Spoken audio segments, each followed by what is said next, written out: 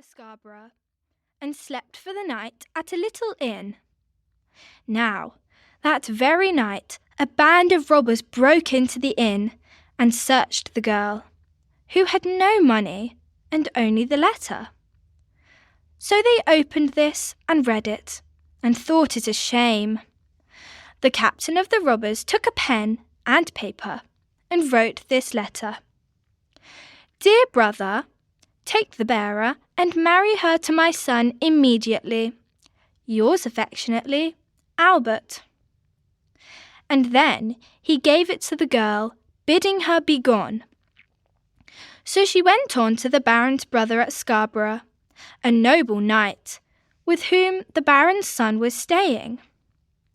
When she gave the letter to his brother, he gave orders for the wedding to be prepared at once, and they were married that very day.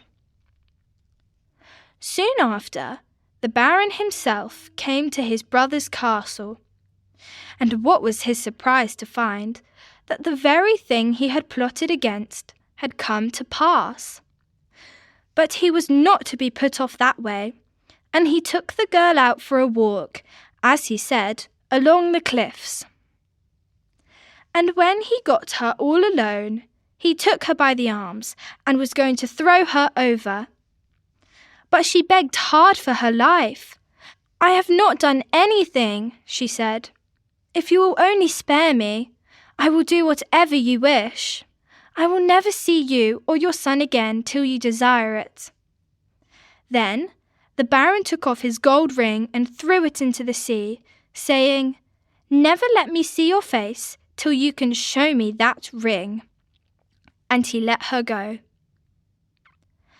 The poor girl wandered on, till at last she came to a great noble's castle, and she asked to have some work given to her. And they made her the scullion girl of the castle, for she had been used to such work at the fisherman's hut. Now, one day, who should she see coming up to the noble's house but the baron and his brother and his son, her husband. She didn't know what to do, but thought they would not see her in the castle kitchen. So she went back to work with a sigh, and set to cleaning a huge big fish that was to be boiled for their dinner. And as she was cleaning it, she saw something shine inside it. And what do you think she found? Why, there was the baron's ring, the very one he had thrown over the cliff at Scarborough. She was glad to see it, you may be sure.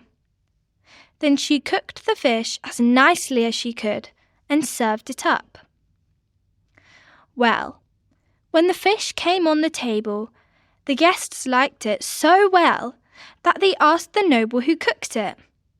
He said he didn't know, but called to his servants, "Ho there! Send up the cook that cooked that fine fish." So they went down to the kitchen and told the girl she was wanted in the hall. Then she washed and tidied herself and put the baron's gold ring on her thumb and went up into the hall.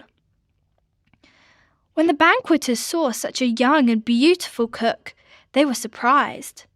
But the baron was in a tower of a temper and started up as if he would do her some violence. So the girl went up to him with her hand before her with the ring on it, and she put it down before him on the table. Then at last the baron saw that no one could fight against fate, and he handed her to a seat and announced to all the company that this was his son's true wife.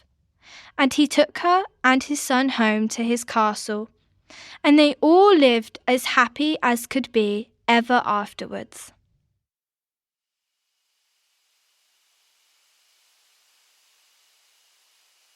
Sometimes the wind can be magical. At the bottom of a garden, somewhere near you, there is a hedgerow. It is overgrown in a somewhat scruffy mix of laurel, beech hornbeam, and holly, with a hardy clump of nettles taking root in the corner. A tangle of tall grasses dotted with daisies and buttercups nestle against